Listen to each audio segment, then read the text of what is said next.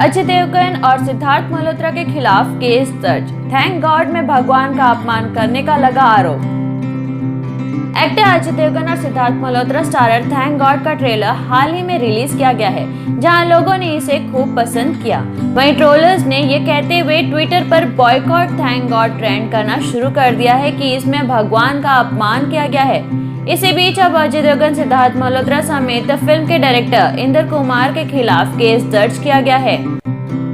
इन तीनों के खिलाफ धार्मिक भावनाओं को ठेस पहुंचाने के कारण केस दर्ज किया गया है।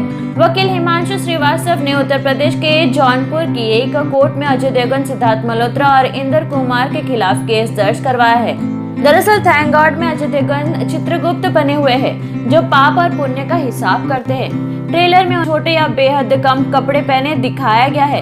इसी पर लोग सोशल मीडिया पर भड़क गए और कहने लगे कि ट्रेलर में भगवान का अपमान किया गया है। वकील हिमांशु श्रीवास्तव ने इसी संबंध में मेकर्स और एक्टर्स के खिलाफ केस दर्ज करवाया। याचिकाकर्ता ने कोर्ट में दायर की याचिका में कहा कि अजय देवगन चित्रगुप्त बने हैं। एक सीन में वह जोक क्रैक कर रहे हैं और आपत्तिजनक भाषा का उपयोग कर रहे हैं। याचिकाकर्ता ने कहा कि चित्रगुप्त को कर्म का देवता माना जाता है और वह इंसान के अच्छे और बुरे कर्मों का हिसाब रखते हैं। लेकिन ट्रेलर में दिखाई गई स्थिति से स्थिति खराब हो सकती है, क्योंकि यह धार्मिक भावनाओं को आहत करता है।